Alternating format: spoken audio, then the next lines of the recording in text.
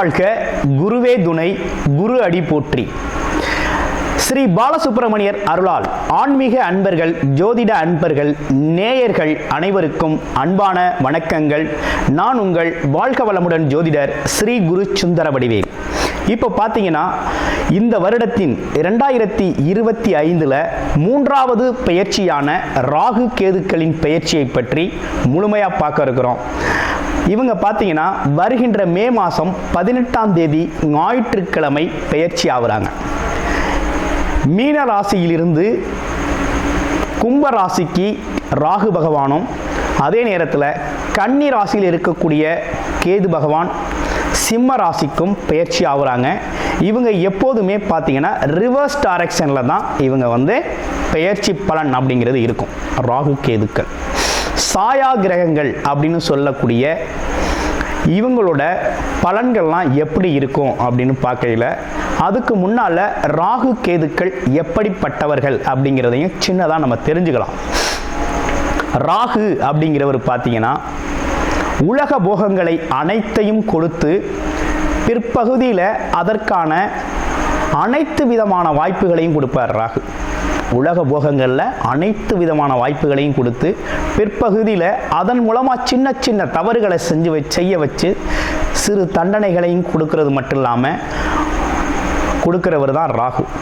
கேது அப்படிங்கிறவர் பார்த்தீங்கன்னா ஆரம்பத்திலேயே பல்வேறு விதமான கஷ்டங்களையும் துன்பங்களையும் இன்னல்களையும் கொடுத்து தன்னோட பிறப்பின் நோக்கத்தை அறிய செய்து பிறகு அவங்களுக்கான வசதி வாய்ப்புகளை கொடுக்கிறவர் தான் கேது பகவான். இருவருமே ஒருத்தருக்கொருத்தர் பெரிய பலம் வாய்ந்தவர்களாக இருக்கிறாங்க. ஜோதிடத்தில் எல்லாரையும் விட மிகவும் பலம் வாய்ந்தவர் ராகு பகவான் இருக்கிறார். அதை விட ஒருபடி மிஞ்சி கேது பகவானும் இருக்கிறார். இப்போ இவங்களை தாண்டி மிகப்பெரிய விஷயங்களை இந்த ஜோதிடத்தில் செய்ய முடியாது. இந்த ராகு கேதுக்கள் அப்படிங்கிறது பார்த்தீங்கன்னா சந்திரன் சூரியனை நெருங்கி செல்லுது அப்படின்னா சந்திர கிரகணம் சூரிய கிரகணம் அப்படிங்கிறது ஏற்படக்கூடிய ஒரு அமைப்பு இருக்குது. அடுத்து ராகு கேதுக்களுக்கு இடையில ஒருத்தரோட பிறப்பு ஜாதகத்தில் கிரகங்கள் அனைத்துமே அடைபட்டு போச்சு அப்படின்னா கால சர்ப்ப தோஷம் அப்படிங்கிற ஒரு பாதிப்பு ஏற்படும். இந்த காலகட்டத்தில் உங்கள் ஜாதகத்தில் எந்த கிரகம் உச்சம் ஆட்சி பெற்று வலிமையாக இருந்தாலும் அதோட பலன்களை முழுமையாக நம்ம அனுபவிக்க முடியாது அப்படிங்கிற ஒரு சூழ்நிலை இருக்குது. இப்படிப்பட்ட கிரக அமைப்புகளோடு இருக்கக்கூடிய ராகு அப்படிங்கிறது பாட்டனார் சம்பந்தப்பட்ட வம்சவழி சம்பந்தப்பட்ட விஷயத்தையும், கேது அப்படிங்கிறது ஆன்மம் உள்நிலை சம்பந்தப்பட்ட விஷயத்தையும், அம்மா வர்க்கம் சம்பந்தப்பட்ட விஷயத்தையும் குறிப்பெடுத்து தரக்கூடிய ஒரு அமைப்பு அப்படிங்கிறது தான் ராகு கேதுக்கள். இப்படிப்பட்ட ராகு கேதுக்கள் என்ன விதமான பலன்களை தர இருக்குது, இதில் உங்களுடைய ராசிக்கு இந்த பெயர்ச்சி பலன்கள் எப்படி இருக்குது அப்படிங்கிறத முழுமையாக இப்போ பார்க்க இருக்கிறோம். ரிஷபராசி காலச்சக்கரத்தின் 2வது ராசியான ரிஷபராசி உழைப்பு, தன்னம்பிக்கை அப்படிங்கிற ஒரு விஷயத்தை நம்பி உழைப்பை பெருமளவு செலுத்தி வருமானம், பொருளாதாரம், கர்மம் அப்படிங்கிற ஒரு விஷயத்தை தொடர்ச்சியாக செய்யக்கூடிய அன்பர்கள். அது மட்டும் இல்லாமல் குடும்ப உறுப்பினர்களின் பார்த்தீங்கன்னா ஆரோக்கியம் குறித்தும் எதிர்காலம் குறித்தும் பார்த்தீங்கன்னா அவங்கள பற்றிய எண்ணங்கள் மேலோங்கி அவங்களுக்கு ஏதாவது ஒரு வகையில் பொருளாதார ரீதியாகவும் மிகப்பெரிய முன்னேற்றத்தை கொடுக்கணும். உங்களோட உழைப்பையும் தியாகத்தையும் செலுத்தக்கூடியவர்கள் தான் நம்ம ரிஷபராசி அன்பர்கள். அதாவது கெட்ட மண்ணை கூட சரியான மண்ணாக மாற்றக்கூடிய தன்மை இருக்குது. அப்போ எல்லோரையும் திருத்தி அமைக்கக்கூடிய ஒரு அமைப்பு அப்படிங்கிறது ரிஷபராசிக்கு உண்டான சிறப்பாக இருக்குது. அந்த வகையில் இந்த ராகு கேது என்ன செய்யுதுன்னு பார்த்தோம்னா, ராகு கேதுக்கள் உங்கள் ராசியிலிருந்து 10ஆம் இடத்துக்கு பயிற்சி ஆகிறார். இதுவரையும் 11ஆம் இடத்துல இருந்தவர் 10ஆம் இடத்துக்கு பயிற்சி ஆகிறார். கேது அப்படிங்கிறவர் இதுவரையும் பார்த்தீங்கன்னா உங்கள் ராசியிலிருந்து அவர் 5ஆம் இடத்துல இருந்தவர் 4ஆம் இடத்துக்கு பயிற்சி ஆகிறார். 4ஆம் இடத்துக்கு பயிற்சி ஆகிறார். இந்த பயிற்சி உங்களுக்கு எப்படி இருக்க போகுது, ரிஷபராசிக்கு எப்படி இருக்க போகுது அப்படிங்கிறத பார்க்குறோம். 10ஆம் இடத்துல ஒரு பாம்பு கிரகமாவது இருக்கணும், ஒரு பாவியாவது இருக்கணும் அப்படிங்கிறது ஜோதிடத்தில் உள்ள சாஸ்திர பழமொழி. அப்போ 10ஆம் இடத்துல வரக்கூடிய ராகு பகவான் அப்படிங்கிறது தொழில் வேலை வளர்ச்சியை, வியாபார வளர்ச்சியை அதிகப்படுத்தி தர்றார். பதவிகள், பட்டம், அதிகாரம் இது சார்ந்த விஷயத்துக்கு அருமையாக உதவி செய்ய போகிறார். அப்போ அவரால் உங்களுக்கு முன்னேற்றம் அப்படிங்கிறது தான் ஏற்பட போகுது. அந்த முன்னேற்றம் எப்படி இருக்குது அப்படின்னு பார்த்தோம்னா, உங்களுடைய ராசிநாதனுக்கு அவர் பார்த்தீங்கன்னாக்க நட்பு கிரகமாக தான் இருக்கிறார், நட்போடு இருக்கிறார். அப்போ நல்லதை நிறைய செய்ய போகிறார் அப்படிங்கிற ஒரு விஷயமும் இருக்குது. அடுத்து பாருங்க, அந்த ராகு பகவான் அமர்ந்த இடத்தின் அதிபதினு சொல்லக்கூடிய சனி பகவான் 11ஆம் இடத்துல நல்ல லாபஸ்தானத்தில் இருக்கிறார். அவரும் உங்களுக்கு பார்த்தீங்கன்னா நண்பர், நட்பு கிரகமாக இருக்கிறது. அப்போ இந்த காலகட்டத்தில் ராகு கேது பயிற்சி எல்லா ராசிகளையும் விட உங்களுடைய ராசிக்கு ரொம்ப அம்சமாக நற்பலன்களை வழங்க இருக்குது அப்படிங்கிறதுல எந்தவித சந்தேகமும் இல்லை. அப்போ 10ஆம் இடத்துல இருக்கக்கூடிய பாம்பு கிரகம் அப்படிங்கிறது தொழில், பல்வேறு விதமான தொழில் வாய்ப்புகள், வருமான வாய்ப்புகளை உங்களுக்கு கொண்டு வந்து சேர்க்க போகுது. நீங்கள் இந்த காலகட்டத்தில் ஒரு தொழிலை ஆரம்பிச்சுக்கிறது, ஏற்கனவே ஒரு வேலை தெரியும்னா அதை தொழிலாக செய்கிறது, அல்லது தொழில் பார்ட்னர்ஸ்களை உருவாக்கிக்கிறது, அல்லது புது புது தொழில்களை செய்ய ஆரம்பிக்கிறது அப்படின்னு பல்வேறு விஷயங்களை நீங்கள் வருமானத்தின் அடிப்படையில் செய்யலாம். அது மட்டும் இல்லாமல் நிறைய பேருக்கு வேலை வாய்ப்புகளையும் உருவாக்கி கொடுக்கலாம் அப்படிங்கிறதுல நல்ல சிறப்பான ஒரு அமைப்பு. அடுத்து பாருங்கள், ரெண்டாவது விஷயம், வேலை சார்ந்து இருக்கக்கூடிய ரிஷபராசி அன்பர்களுக்கெல்லாம் பார்த்தீங்கன்னா பதவி உயர்வுகள் கிடைக்கும், ஒரு கௌரவமாக இருக்கும். நீங்கள் யாருன்னு எல்லாருக்கும் தெரிய வரும். உங்களோட திறமைகள் அனைவருக்கும் புலப்படும். அதே போல் பார்த்தீங்கன்னா புகழ் கிடைக்கும், அங்கீகாரம் இருக்கும். உங்களுக்குன்னு ஒரு தனி அங்கீகாரம் இருக்கும், தனி திறமை வெளிப்படக்கூடிய காலகட்டமாக இருக்குது. ஏன்னா குருவோட பார்வை அப்படிங்கிறதும் உங்களுடைய 10ஆம் இடத்துல இருக்குது. அப்போ குருங்கிறது சுபகிரகம், சுபகிரகத்தின் பார்வை விழுகுது. அவர் உங்கள் ராசிக்கு 11 கூடியவர், லாபாதிபதியோட பார்வை அப்படிங்கிறது 10ஆம் இடத்துல இருந்தால் எப்படி இருக்கும் அப்படின்னா பல்வேறு விதமான லாபங்களை தரும். இந்த 10ஆம் இடத்துல இருக்கக்கூடிய இந்த ராகு பகவானால் மிகப்பெரிய வளர்ச்சி, முன்னேற்றம் அப்படிங்கிறது தொழில் ரீதியாக, வேலை ரீதியாக, வருமான ரீதியாக நல்ல சிறப்பாக இருக்க போகுது. அது பற்றிய கவலை வேண்டியதில்லை. இன்னொரு பக்கம் எப்படி இருக்குது அப்படின்னு பார்த்தோம்னா, இது சார்ந்த விஷயத்தில் கொஞ்சம் கவனமாகவும் அது விழிப்புடனும் செயல்படணுங்கிற அமைப்பு இருக்குது. அடுத்து கேது பகவான், கேது எங்கே அமர்ந்திருக்கார் அப்படின்னா 4ஆம் இடத்துல போயிட்டு அமர்ந்துட்டார். இதுவரையும் 5ஆம் இடத்துல இருந்தவர் 4ஆம் இடத்துல போய் அமர்ந்துட்டார். அவருக்கு குரு பார்வை அப்படிங்கிற ஒரு விஷயம் இல்லை. கேது 4இல் அமர்ந்தால் என்ன நடக்கும் அப்படின்னா சுக துக்கங்கள், சுகமம், சுகஸ்தான விஷயம்னு சொல்லுவோம்.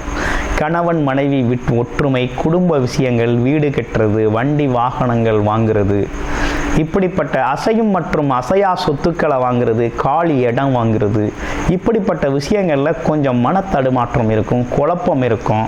அது மட்டும் இல்லாமல் பார்த்தீங்கன்னாக்க அதில் கொஞ்சம் தடை தாமதங்களோடு நிறைவேறக்கூடிய ஒரு அமைப்பை கேது பகவான் அங்கே கொடுக்குறார். அப்போ ராகு கேது அப்படிங்கிறது பார்த்தீங்கன்னா உங்களுக்கு இதில் 4ஆம் இடத்துல இருக்கக்கூடிய ராகு அப்படிங்கிறது ஒரு தடுமாற்றத்தை கொடுத்தாலும்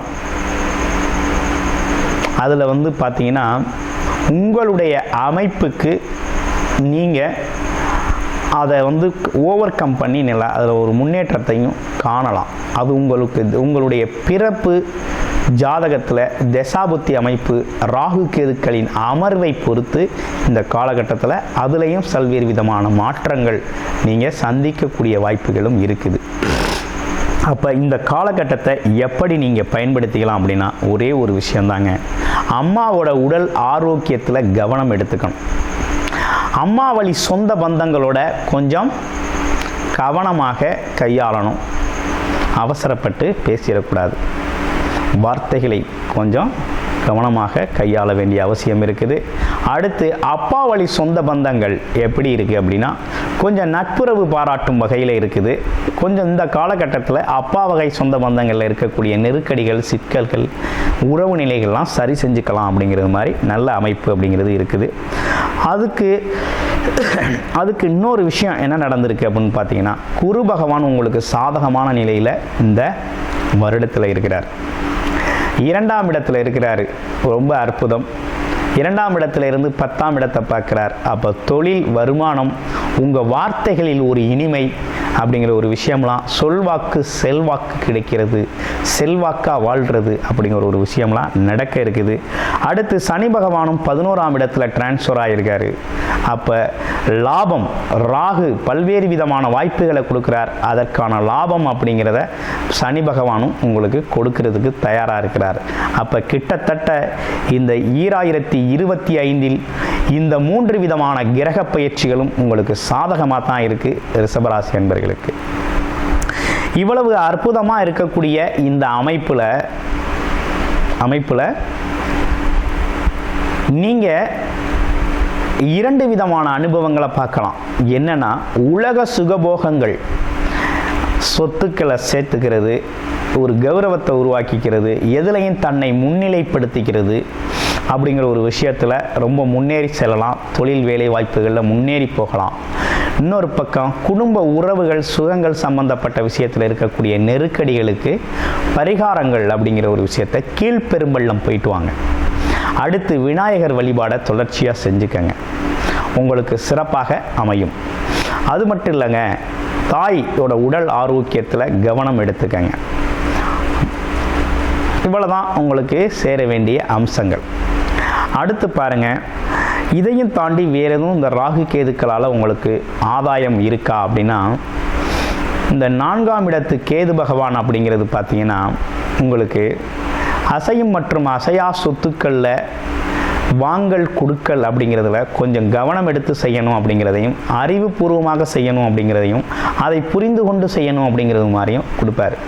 சில பேருக்கு இந்த கேது பகவானால் என்ன நடக்கும்னா, எவ்வளவு வந்தாலுமே அதில் ஒரு திருப்தி இல்லாத சூழ்நிலை ஏற்படும். அடுத்து இதெல்லாம் இப்போ வேண்டாம், சொத்தை சம்பாரித்து என்ன பண்ண போகிறேன், உடம்பு ஆரோக்கியமாக இருந்தால் தானே நல்லாயிருக்கும், அடுத்து எவ்வளவு வச்சிருந்தாலும் போக வேண்டிய இடத்துக்கு போகையில் சும்மா தானே போகணும், வெறுங்கையோடு தானே போகணும் அப்படின்னு வசனங்கள்லாம் பேச தோணும்.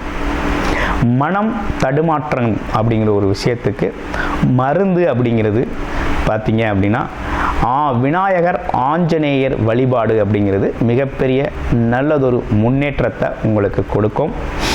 அது மட்டும் இல்லாமல் உறவுகள் சார்ந்த விஷயத்தில் கொஞ்சம் கவனம் எடுத்துக்கணும் அப்படிங்கிற மாதிரி இருக்குது. மற்றபடி இந்த காலகட்டம் ராகு கேது பெயர்ச்சி முழுமையான நற்பலன்கள் அப்படிங்கிறது உங்களுக்கு பார்த்தீங்க அப்படின்னா 90% சிறப்பான நல்ல பலன்கள் நடக்க இருக்குது. இவ்வளவு விஷயங்களை பார்த்துட்டோம் இல்லையா? உங்களுடைய பிறப்பு ஜாதகத்தை எப்படி இருக்குது? ராகு கேதுக்களுக்கு இடையில் அனைத்து கிரகங்களும் மாட்டியிருந்தால் அது வந்து சர்ப்பதோஷம் அப்படின்னு சொல்லுவாங்க. அதே நேரத்தில் உங்களுக்கு பிறப்பு ஜாதகத்தில் 1, 2, 5, 7, 8ஆம் இடங்கள்லையும் அமரக்கூடாது. அடுத்து பாருங்கள், 3, 6,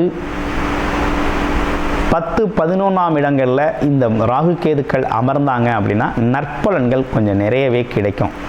அப்போ சுகபோகங்கள் அனுபவிக்கிறதுக்கு ஈஸியாக இருக்கும். அவங்களோட தசாபுத்திகள் நடந்தால் உங்களுக்கு வாரி வழங்கக்கூடிய மகாராஜாக்களாக இவங்க வந்து மாறுவாங்க.